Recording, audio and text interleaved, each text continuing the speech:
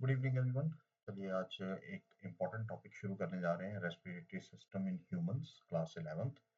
और लंग्स का स्ट्रक्चर करने से पहले हम कुछ चीज़ें इम्पॉर्टेंट टर्म्स करना चाहते हैं जो बेसिकली आपके एग्जाम में भी आती हैं और किसी भी एग्जाम में, नीट में भी आती है, और आपका अब फाइनल 11th के एग्जाम्स आने वाले हैं तो वो भी हम ध्यान में रख कर करेंगे। और ये कुछ नोट्स भी हैं, आप इनको स्क्रीनशॉट ले सकते हैं और आराम से यही चीज़ लिख सकते हैं, एनफ है।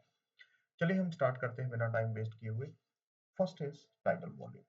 अच्छा, दो चीजें आप जान लीजिए, what is inspiration and expiration. Inspiration is inhalation of the fresh air and expiration is the exhalation of the foul air. तो ये ध्यान में रखिएगा। अब सबसे पहले हम टाइडल वॉल्यूम की जब बात करते हैं तो जब we normally breathe in and breathe out, that is tidal volume. Simply याद रखिए, so amount of air that is inspired और expired, it is basically tidal volume without any effort. कोई एफर्ट नहीं लग रहा, आप बैठे बैठे सांस ले रहे हैं, लेटे लेटे सांस ले रहे हैं, छोड़ रहे हैं, that is what we call as tidal volume of lungs. अब कितना होता है tidal volume? It is 500 ml।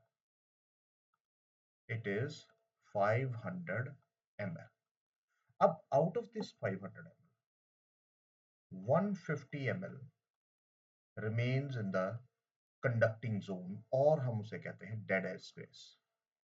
यहां पर याद रखिएगा, there is no exchange of gases. ये सबसे इंपॉर्टेंट टर्म है, no exchange of gases. Clear? अब ये कंडक्टिंग जोन होता क्या है? कंडक्टिंग जोन याद रखिए, ट्रैकिया से लेकर trachea to terminal bronchioles, terminal bronchioles तक जितना भी रीजन है, हम स्ट्रक्चर में पढ़ेंगे, इट इज कंडक्टिंग जोन, और यहां पर किसी तरह का एक्सचेंज नहीं होता। अब बाकी जो बची हुई है, बाकी बची हुई 350 ml कहाँ जाती है? That is what it enters the lung alveoli, और ये एक्सचेंज ऑफ गैसेस करती है। This is what takes part in exchange of gases. So this is what is all about the tidal volume. बहुत सारी चीजें हैं जो बाद में हम इस चैप्टर में करेंगे। So second term is inspiratory reserve volume. अब इंस्पिरेटरी रिजर्व वॉल्यूम क्या है?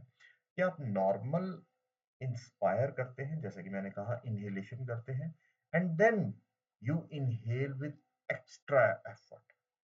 आप इनहेल करते हैं and then inhale with extra effort, that is what we call as inspiratory reserve volume. तो डेफिनेशन लिखी हुई है, amount of extra air inspired forcibly after normal inspiration, that is what around 2500 to 3000 ml। Clear? चलिए आगे चलते हैं। Expiratory reserve volume भी इसी तरह से है कि नॉर्मल एक्सपायरेशन के बाद you in expire forcibly to maximum after normal expiration, and that is what is 1000 to 1100 ml। Then residual volume. अब रेजिडुअल वॉल्यूम क्या है? रेजिडुअल का मतलब बचा कुचा। अब आप फोर्सफुल एक्सपायरेशन कर रहे हैं, फोर्सफुल, आपने बहुत ज्यादा, मैक्सिमम आप जितनी सांस छोड़ सकते हैं, फाउल एयर बाहर निकाल सकते हैं, आपने निकाल दी।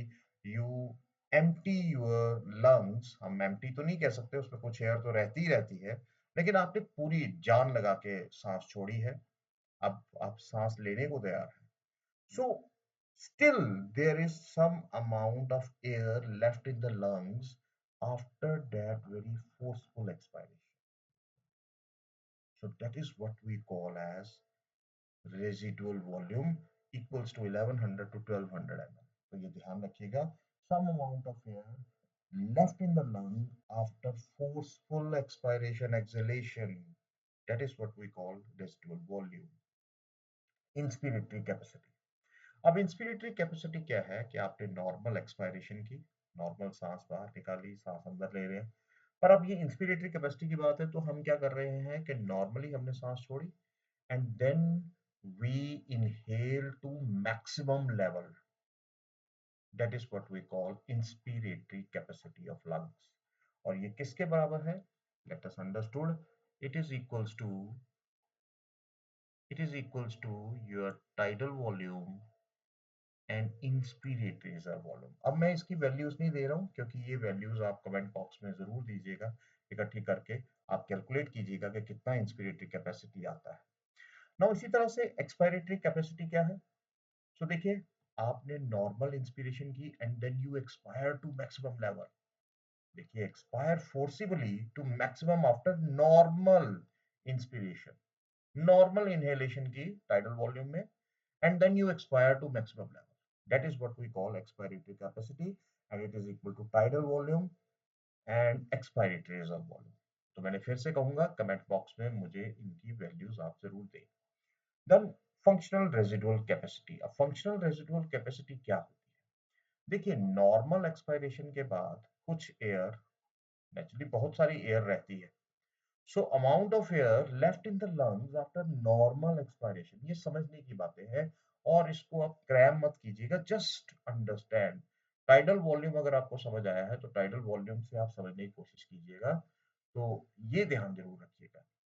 क्लियर? अब देखिए,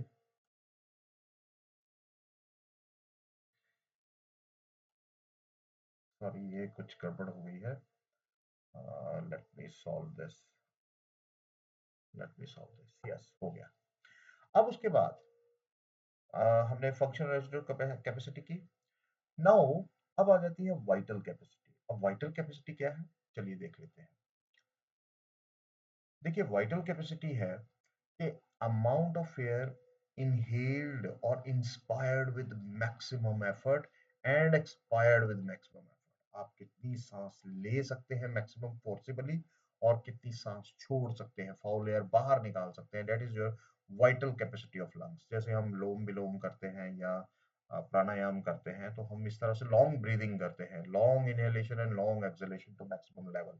तो ये सारी चीजें क्या है, this is what we call as the vital capacity of lungs, और it is the sum of tidal volume, inspiratory reserve volume and expiratory reserve volume. और बहुत इंपॉर्टेंट चीज याद रखिएगा ये पॉइंट, कि जहां पर हम ये कहते हैं कि it depends upon the some some age, sex and activity, type of activity. आप देखिए, जितने भी स्पोर्ट्स पर्सन होंगे या एथलीट्स होंगे, उनके अंदर वाइटल कैपेसिटी ज्यादा होती है। तो ये ध्यान रखिएगा, ये एज पर भी डिपेंड करता है, मेल और फीमेल पर भी डिपेंड करता है, और टाइप ऑफ एक्टिविटी आप जो करते हैं उसके ऊपर भी डिपेंड करता है। Last definition of the day, of the chapter जो हमने स्टार्ट किया है, टोटल लंग कैपेसिटी।